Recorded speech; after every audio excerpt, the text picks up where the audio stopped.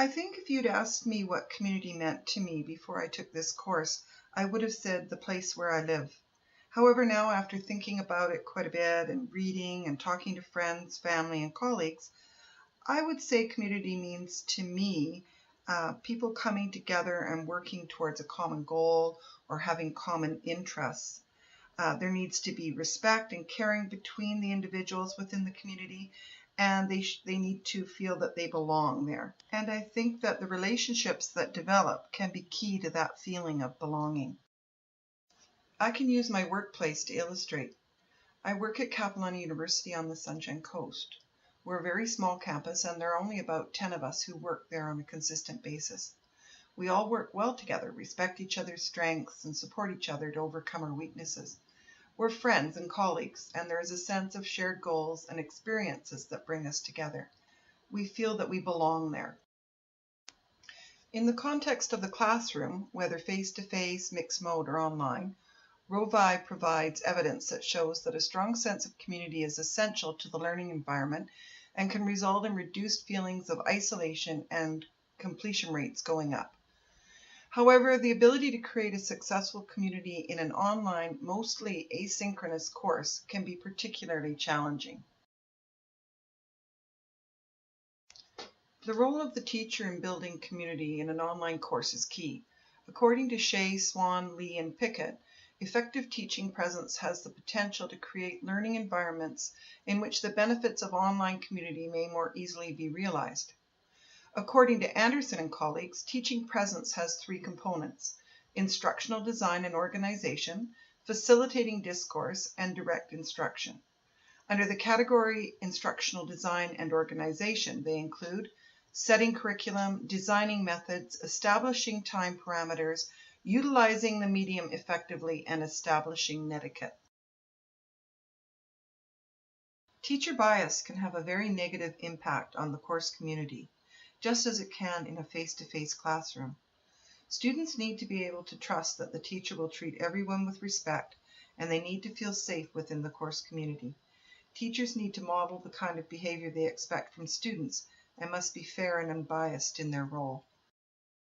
Sylvia Bisbee is an elementary school teacher who completed her degree within about the last 10 years, mostly online. I thought I'd talk to her and get her opinion of what the learner's role is in the online community. I might call what Sylvia is describing here learner presence. I think the big thing with an online learner that's going to be a part of a community and not being working on their own is to commit to being a part of that community. They have to do the assignments. If you're supposed to be working with other people, I think they have to decide right from the start, okay, I'm going to do this. I'm going to make this work for me, instead of spending half an hour a week at it. They have to actually check their emails, work with groups, just commit to being a part of that community. In any course, whether online or face-to-face, ethical issues may arise and conflict may occur related to a number of different issues. At the beginning of the course, I would make sure to provide very clear conduct norms in collaboration with the students to make sure that everyone understands and participates in deciding what is acceptable behavior in the course. Related specifically to conflict, through research done by Ian McDuff in 1994, it was found that if this is done effectively and conflict is properly resolved, the process can actually build group cohesiveness and intimacy. However, issues may occur that the teacher and students involved are unable to resolve in a satisfactory way. This can have a negative impact on the learning community if not properly handled. If an issue like this should arise in my online course, I would first contact the student and ask for a meeting, either face-to-face or via Skype or phone. Depending on the particular issue, I would try and resolve it by directing the student to the course code of conduct, the university policies around the issue, and discuss the possible consequences of the issue continuing. If still unable to resolve the issue myself, I would consult with my coordinator and, if necessary, other people and resources in the university. The following is a list of my best practices for online instructors who wish to create a successful community for learners. Number 1, create a code of conduct with your students. You will have more buy-in and class members will be more aware of the rules by having them participate in creating the class code of conduct. Number 2, provide netiquette rules. Not everyone knows the common rules for communicating online.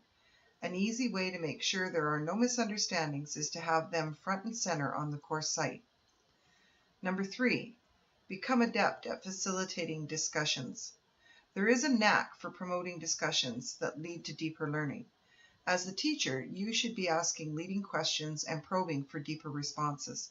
It is also important to let students work through minor conflicts without jumping in to fix things too quickly. However, the other side of that is to not let things go too far so that a small conflict becomes a larger issue. Number 4, make a personal connection with your students and encourage students to connect and build relationships with each other. Use students' names and informal language where possible. Structure your course in such a way as to bring students together. Number 5, be present in the course at least every day, if not several times a day. As the teacher, your presence is key to making sure that students feel a connection with you and that you care and know what is going on in the course. Also related to this is responding to student questions and emails promptly. Number 6, create a welcome letter and send each student a personal email. This is your opportunity to set the tone for the course and also to tell students what they need to know.